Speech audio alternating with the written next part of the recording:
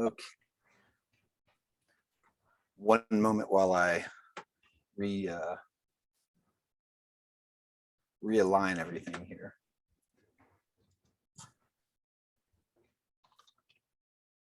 I use a pretty big screen, so sometimes if I share my screen, it makes it very difficult for everybody to see. So, okay, so one of the first things that if you're just brand new to SLO assessment in general, I think one of the best things that you could have at your disposal is the SLO handbook. And it's a really great read. It's riveting from page 1 to the end. I'm kidding, but it really does have a lot of information and a lot of good answers for basic questions and things like that. So first of all, I'm going to put this in the chat.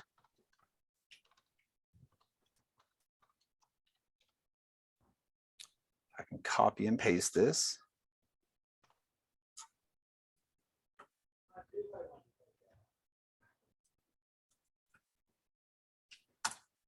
Okay, so that's where you can find what I'm sharing here, the SLO handbook. It's a PDF. Feel free to download it, keep it on your computer.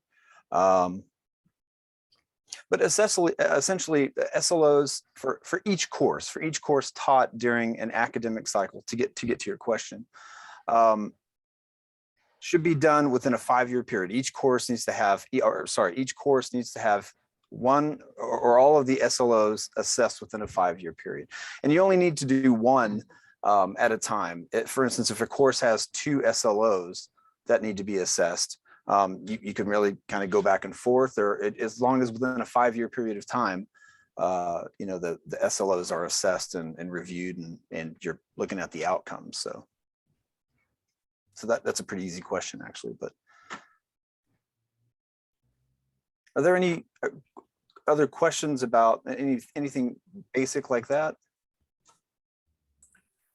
Ken, just following up on our previous question, the assumption is that, and correct me if I'm wrong, Becky or Dave Carey, but in each course that is taught for a given year, it is expected that at least one of the SLOs will be addressed. And I believe it's that all of the SLOs need to be addressed over a cycle. Is that cycle still 5 years, or is it 4 years, or is it 3? Dave or Becky can probably answer that better. I think it's still 5 years. I think that's really because that's our program review cycle. And so we want to get it done the full set within that period. And that, I believe that rule also holds true for academic support and institutional support. Am I correct, guys? So it's beyond just academics. Correct.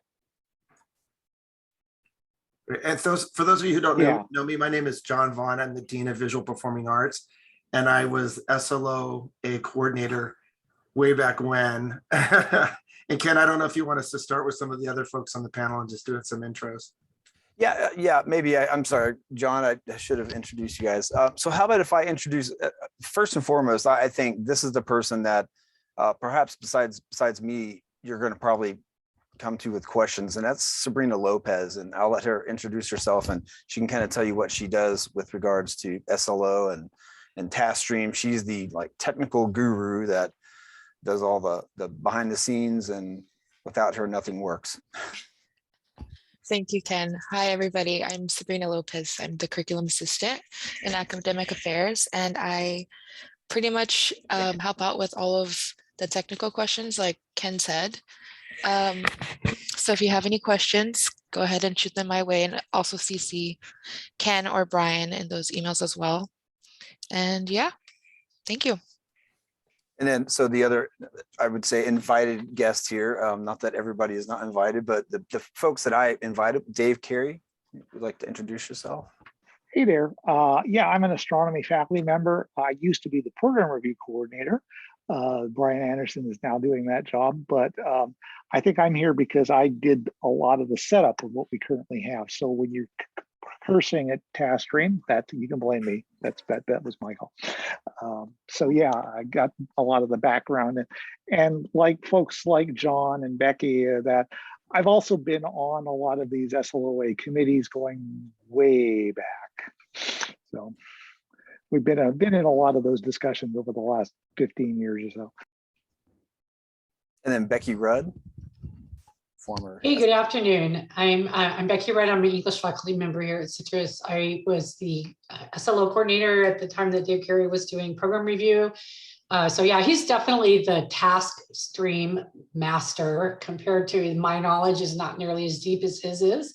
But I can give you lots of information both as a coordinator and a faculty member on SLOs and SLO assessment. So I'm just here to answer any questions anybody has about any of that. And then Katie, I saw you just popped in there. I asked her to be here too, especially because really this came about as an idea when the accreditation team was visiting. And there were so many questions about SLOs and how we go about completing them and gathering data, things like that. So Katie's here because she is the co-chair of the accreditation team. And Katie, if you're there, I'd love you to introduce yourself and yeah, sorry, I'm on my phone because my computer just went on the fritz for me. So that's why I don't have my camera on. So yes, when we had the accreditation visit, the two areas that they were seemingly most concerned about was how we do program review and SLOA. And in the end, what seemed to come down was that they couldn't ding us for SLOA, but they thought that there were ways we could improve. So we're both interested in understanding how we use the process now, how we can make the most of that, but also what we might do in the future to make SLOAs more useful for all of us so that they don't feel like busy work, and so that we also don't have to worry about telling accreditation why we do the way we do in the future. Yeah, thank you, Katie. So really, again, I thought could be a little bit more of a conversation about SLOs, and I don't consider myself, necessarily a guru of everybody's SLOs and how everybody should assess their SLOs. Same as I think anybody in this room. I mean, everybody has different backgrounds and a different, set of circumstances that they have to assess their SLO, outcomes with. And so perhaps, if someone's having a little bit of difficulty with how to go about or the process or collecting data or what type of assessments have worked well for anybody, I'm hoping that, we can all share here if anybody has any questions. Or if you just want to talk about how Ken, this Hi, is Anna. Becky. I was just going to add in a couple of comments based on what Katie had shared, just to kind of a little bit further contextualize the question about SLOs in accreditation. So the question really wasn't so much about whether we were doing a good job of doing assessments. It's really about the documentation. It's the way that we're documenting that in Taskstream, and so that anybody could pick it up and look at it and see, not only did they assess the SLO, but they found meaning in it, that it led to some kind of conversation, change in practices, something. They're looking for that really meaty piece. So I just kind of wanted to throw that out there. So one thread to maybe be thinking about as we have this conversation.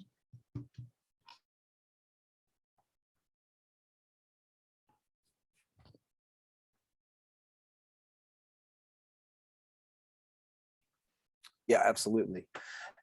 As maybe I'll just kind of bridge the gap here. One of the things that I see when I'm reviewing SLO assessments, and which I did, they were all due in October, mid-October, and of course everybody's got everything going on during October, and everything's due, program review is due, and so everybody's kind of rushing to get things done. And I'm kind of looking at the final assessment of the SLOs submitted, and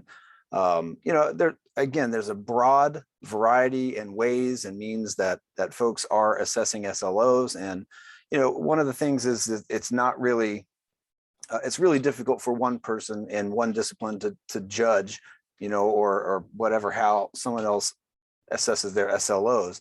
They're different disciplines. And so, when I assess these, I try to, take sort of an objective approach of of what's going on. But like Becky was saying, and Katie was saying too, and this is brought up in a few different meetings too, but prior to this, is that the documentation, again, you know, a lot of people don't really submit documentation of you know, how they're gathering data and, you know, basically assessing this and writing it down and making it so that if someone else were to read it, they would be able to understand exactly how you're assessing your SLOs. So Becky, that's kind of what. Yeah, that's definitely a piece of it. It's also just connecting it to, especially because, you know, the reality is sometimes these are done in isolation by one faculty member. And so then all that knowledge resides in their head, which is great. But for documentation purposes and for accreditation and just for the really making the process of doing SLO assessment really have some really felt meaning, is to be able to just reflect on that. It's really that reflection that doesn't always get fully displayed somewhere in Taskstream. So just making sure that you're not just defaulting to boilerplate language, it doesn't really get at like, what does this really tell you? I think that's one of the pieces. I think another thing that they kind of focused in on was the fact that we do one SLO assessment per course per year. And we don't really break down what semester, what sections, how many people. And so they were a little confused on how we do things based on whether a class is taught once or it's taught by 20 professors, and how we kind of make sure that the assessments are there. And then the other part, that was part of the data, like, okay, where is all that information? How do we prove that we're kind of not just assessing, well, I'm the person who's writing it, my class went well, everything's good. But they also wanted us to, I think, close the loop a little bit with saying, okay, this is what we're doing the assessment, here's what we've implemented to change something, and here's how we can say that it's actually resulted. And so it's just kind of interesting to start brainstorming how we might want to, you know, do this documentation. Would we want every professor at the end of each semester to just really have a quick form that they could upload into Taskstream that says, you know, this section, this was the percentage that passed this assessment, and this is the assessment I used. And not even anything more than that, but like just having that data to be able to kind of go through and look at, to reflect upon when we do go to write it, when we're kind of looking at the materials. And if I could jump in and kind of piggyback on what Katie said, and then maybe Ken, in a second, if you want, I can share my screen and walk, because part of this workshop is also how to navigate some of these issues in Taskstream. And I know people would appreciate kind of, I see Lisa going, yeah. I'm sure some of you other folks are too, about how you actually navigate trying to figure out what you need to do. We're aware that Taskstream does some really wonderful things. And one of the most wonderful things it does is it compiles data really well. So once we have the data in there, it puts out really good reports. And that was one of the reasons we went to it. Unfortunately, it's not always intuitive. And so sometimes Dave's shaking his head yes, because he's had to help so many people. It comes much easier to me now than it did at the beginning after I've worked with it a lot. But it can be very frustrating at first when you're trying to navigate it, or just even think, how do I go about asking this question, right? So I'll do a little deep dive for you guys in a minute and go slowly through it so you can take some notes. The Program Review SLOA Committee is aware of this issue, and we're looking at it, possibly looking in the future at changing different software systems. But in the meantime, we need to work with what we have, right? So I was also on that accreditation team that was working on the responses to the prompts that we got from the Accreditation Commission. Not only were they wanting us to be richer in how we report data, but they're really looking for us to start looking more at disaggregated data, right? How is our what we're doing in our program, doesn't have to be a classroom, but anywhere on the campus, how is it affecting disproportionately groups in terms of equity, right? And how do you even begin to think about that? How do you go about deciding is there any place I can go for clues at where I may be having issues with disproportionately impacted groups? And one of the things that I was able to bring to that table is because I've been looking at that data for so many years when I was a faculty member, including in the last cycle. So up in the last cycle, I was faculty until January of 2018, and then became a manager, a dean in 2018. So I kind of split the difference of that cycle. And so I look at Taskstream in very unique ways, because I look at it as both a faculty member and as from a manager, and helping facilitate the faculty in my area.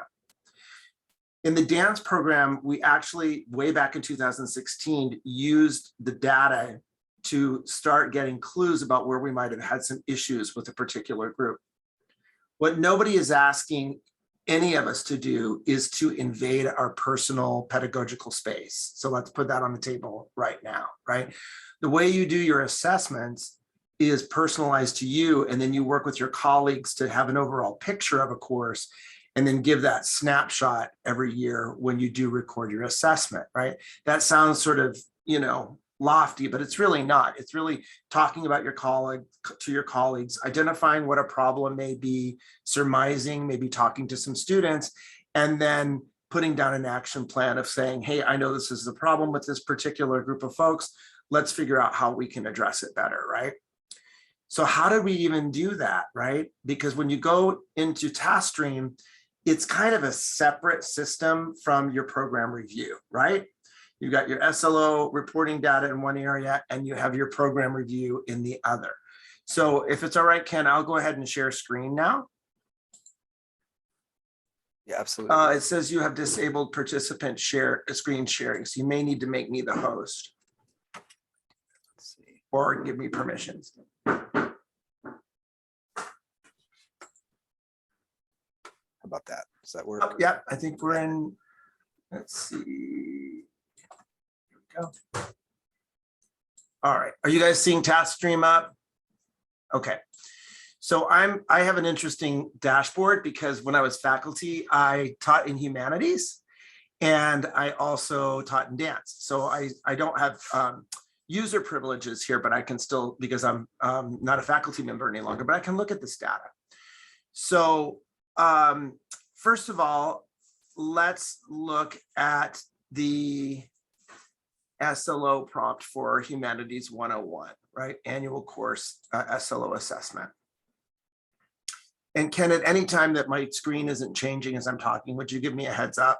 I sure will. Okay. Hey, so Sabrina actually put together a blank course if you want to use something like that. I'm not sure if I don't think so. I'm here. I think this will be pretty quick. Okay. So on the SLOA form, in a lot of the faculty members who have filled out this form know that you do your assessment plan, your assessment findings, and your SLOA form. There's 3 components to your SLOA assessment. Now, under the assessment plan, I can't show you that, but maybe Dave or Becky can speak to it in a minute. The previous SLOA coordinator, Gordon McMillan, put in a feature where you can actually copy from a previous plan, and it makes that part of the process go faster. I'm not an expert on that, so I'll let maybe Becky or Dave address that when I'm done talking. But what I want to focus on right now is, why did the accrediting team talk to us about that prompt about disaggregated data and disproportionately impacted groups? When you go to the SLOA form, it's a series of questions, right?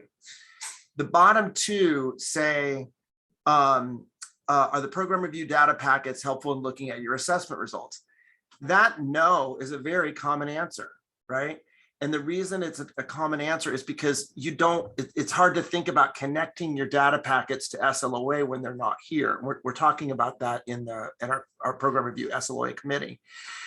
So you see that as a common answer. But when you do see yes, they then say, if yes, what are some of the trends you see in terms of equity from the campus-wide data or observation from your classes, right? So what we're learning there is that is based upon information, or not information, but a directive we got, about a decade ago, where the accreditation committee or accreditation commission asked us to start looking at SLOA assessment to disproportionately impacted groups, right? Disaggregated data. And we never really wrapped our heads around how do we go about doing that, right? So what I do and did when I was a faculty member, rather, I'm going back to the home screen now, and I can best walk you through this because it was my home turf. I was in the dance program, okay? So here I am. I'll just go to the dance program instructional annual program review for 2021, but I could literally go to any of yours because once I go here, any of your disciplines, you can do this the same way. I want to take a look at what's been going on in the data over a period of time and see if I can get any clues or any indications where I might be having some problems, right? So I'm going to find that here at the student success data. And I am going to click on that, okay? And that shows me just a quick snapshot of the dance program, right? Shows my enrollment for 5 years, shows the retention rates that overall look pretty strong, right? And pretty consistent. And then the success rates, which are overall pretty strong. Notice that dip in 2021. Anybody got an idea why that may have dipped in 2021? Can you imagine dancers taking dance class through Zoom boxes? That there's the pandemic talking to you right there. I find that fascinating because the dance program has had really consistent numbers for a long time, but you can, not a big dip, but a little dip, and there's a perfectly good explanation for that. But here's what a lot of us forget when we're in Taskstream and when we're navigating it. We have access to much, much richer data than just what we see right here. And shall we go on a little dive? Let's go on a diving expedition. If I click on 2021-22 program review data packets, and each year Sabrina does an amazing job of updating these, right? I can click on that and it takes me to, again, something that's not instantly intuitive, but boy, we're going to find out how intuitive it can be really quick if you can get this far. Now, remember, we're trying to discuss where we may have problems with retention and success, right? So the section counts, that may be not so useful to this question, and the degree awards may be successful, but if we want to get to the root of the problem, we want to see where maybe we have some success indicators that are not desirable. So I'm going to click on this and a bunch of bar graphs come up, right? And so I first can go to, I can break this down. This is looking at the whole college, right? But I can break it down all the way to my my specific division and program. So I can click here and pick any of the divisions. I'm going to pick VPA. See it start to shift. Then I go to my program, which is dance, right? Okay. So the first screen we see here is indeed what I saw on my main table. And I'm looking at my success rates that start to descend down a little bit when we get to fall of 20, and then throughout the year of 2021, right? But this still isn't telling me what I'm looking for, is it? I'm not really finding those disproportionately impacted groups. If I go down here, can you see the 1 of 5 at the bottom of the screen? Okay, that's going to take me on a journey that's going to take me deeper in my scuba gear into these data packets. So the first one starts me through enrollment and traditional enrollment. I'm still not seeing those disproportionately impacted groups. Now I'm starting to get closer, right? In fact, this might be very useful to me, because now I'm starting to see success and retention rates by gender, right? Versus my male students and my female students, right? And I can look that as I go through here, like let's look at fall 17.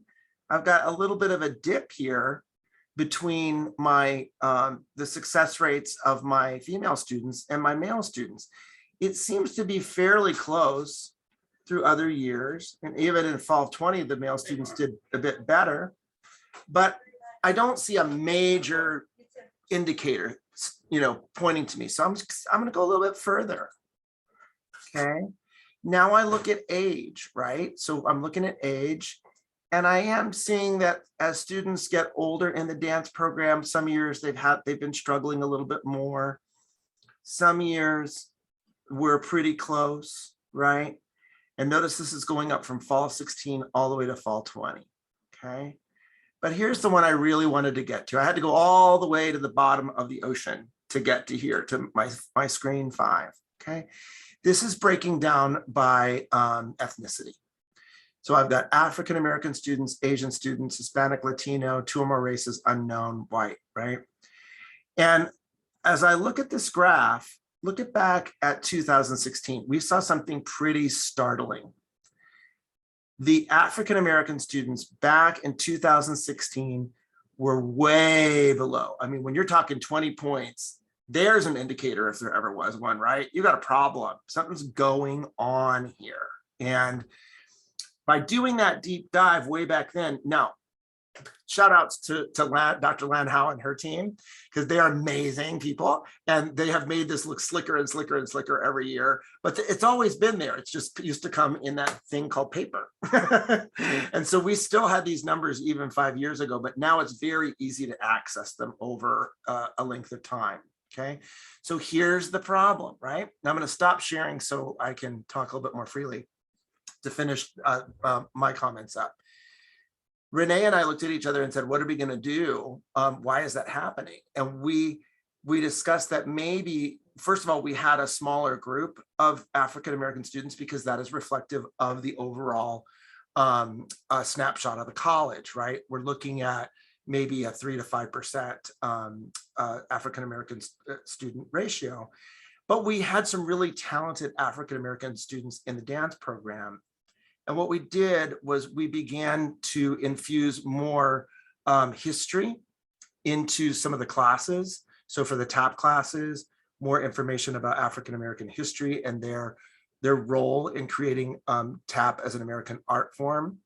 We also started basically an empowerment group of leaders. We started flipping the classroom, and some of the students who were particularly proficient in a particular form would take the lead. We had a really amazing student who was an assistant director of one of our concerts and took on a real leadership role. And so we really emphasized the African-American experience in terms of dance and how it has influenced American culture. And we noticed a change over time. If we had gone back to that screen a minute ago, you would have seen that by the fall of last year, our African-American students were performing better than any of the other groups, including white students on campus. And I see Renee is there. Renee, do you want to follow up on any comments about that? But that's a little deep dive into how you can use Taskstream to infuse where we need to go next over the 6 to 7 years. We've got to start working more about breaking down those disproportionately impacted groups. And I'll be quiet now. And Renee, if you want to jump in. Well, yeah, I'll just echo what John said. And I think that providing those resources for the represented students that we have, and in trying to make that look different and apply it differently to the students, then in turn, they talk about it more. Like she went out and talked about her experience, and she went out and was forthcoming with her friends and maybe weren't in college yet, or maybe weren't over in our division, about the things that were she was experiencing and how it had helped her in her life and moved her on in artistic directions that she an opportunity she hadn't had before, and it brought more of that demographic to us. So we were able to, again, get their feedback. How can we apply our department and our division in a way that will make them more successful, and with a greater pool of that specific group of people, we were able to come up with more tools and more things to help them succeed. So is there anyone that would like to see, Taskstream and how to input this data, and would that be helpful to anybody? For me, I'm finishing my 4th year at Citrus here, and I remember my first 2 or so years was very difficult to try to remember, after doing the SLO process, how to remember how to do all the necessary steps to get into Taskstream, to fill out the forms and do all that. Would that be helpful to anybody, or is everybody fairly familiar?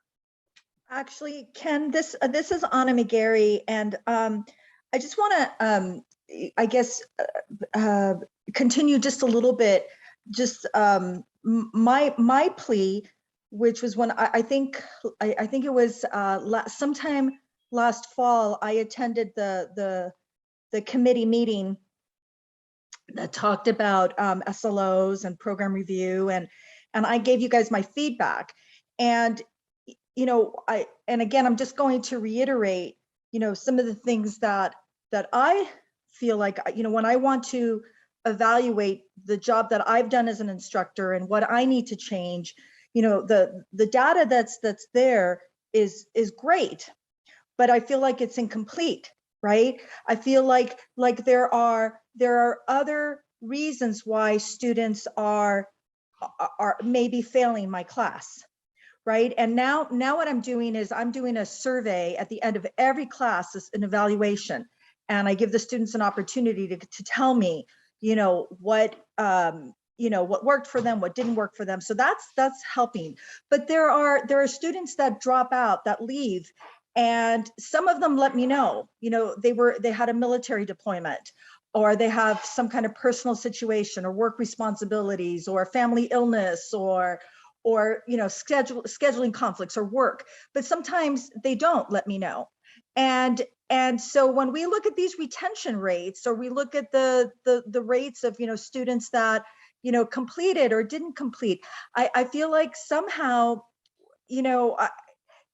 how much of it is because I'm not doing my job, or it's a 5-unit course, or the course is too rigorous, or is there something I have to change, or how much of it is, we have students that, as someone pointed out, that are, homeless right now.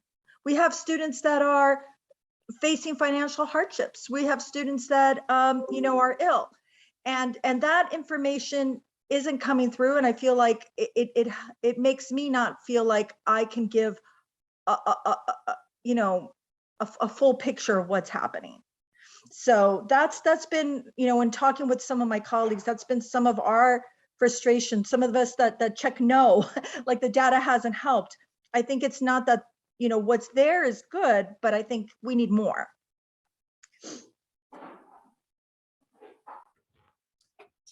Yeah, I remember, we had that conversation, and you were at the program review committee meeting and talking about that. And so I remember, a lot of the conversation was pointed, that part of the conversation was pointed to, how much data that, LAN would be able to put together effectively to answer some of those questions. And maybe I might offer this, and I don't know to what extent for everybody and how they, are assessing their SLO outcomes, but I mean, you could really dive deep into some of this data and really, get the most clear, high resolution snapshot of what's going on. And maybe that, in part might be a little too much, and maybe it's, what am I trying to say? Best to act on the data that we can, we can use. And, again, we have talked about, increasing the amount of data that we get for that. So, but it's not always about being, it's about being able to actually put that data together. And of course, Lan is, she works very hard and tirelessly, and and to be able to put all that information together and supply that, that's a lot. And so, we're working on things right now to try to move maybe in those directions, but maybe that's not an immediate thing that's going to happen. So, I mean, does anybody else have any thoughts about Katie? Katie. Yes, I just wanted to mention that one of the things I think we need to do is to consider both our data that we have as professors. We know how many students dropped for whatever reasons. I have put in my own SLO assessments. This many people didn't, pass the assessment, but it was because they didn't come, because they stopped attending class. And this was, the reasoning that I was given for why they stopped coming to class. and the more program level data that may be able to show trends over the courses of several years, and also amongst, for, if 10 different people are teaching the same class and you have an average 20-point drop or something like that for a particular group, then maybe we're not doing something that is, great for that particular group. And so I think that when we look at the disaggregated data, we may just want to consider it differently than our own data from one course, and see it as trends for a program and respond to the question, is this helpful or not? Yes or no. And one of the ways I've responded to it is by saying things like, yes, it was helpful. It shows that we have consistently met the needs of our students because we're retaining 90%. We haven't had any major drops in a particular group. And so I don't think that the data has to actually show something negative to be helpful. So I think that that's another way to kind of, maybe we don't ask the question, is this helpful or not? But maybe, how is this information more helpful to you? And this was something I'd read somewhere, where that yes and no questions tend to get you a yes or no answer instead of something more thoughtful. And so maybe we just need to change that to, how was this helpful to you?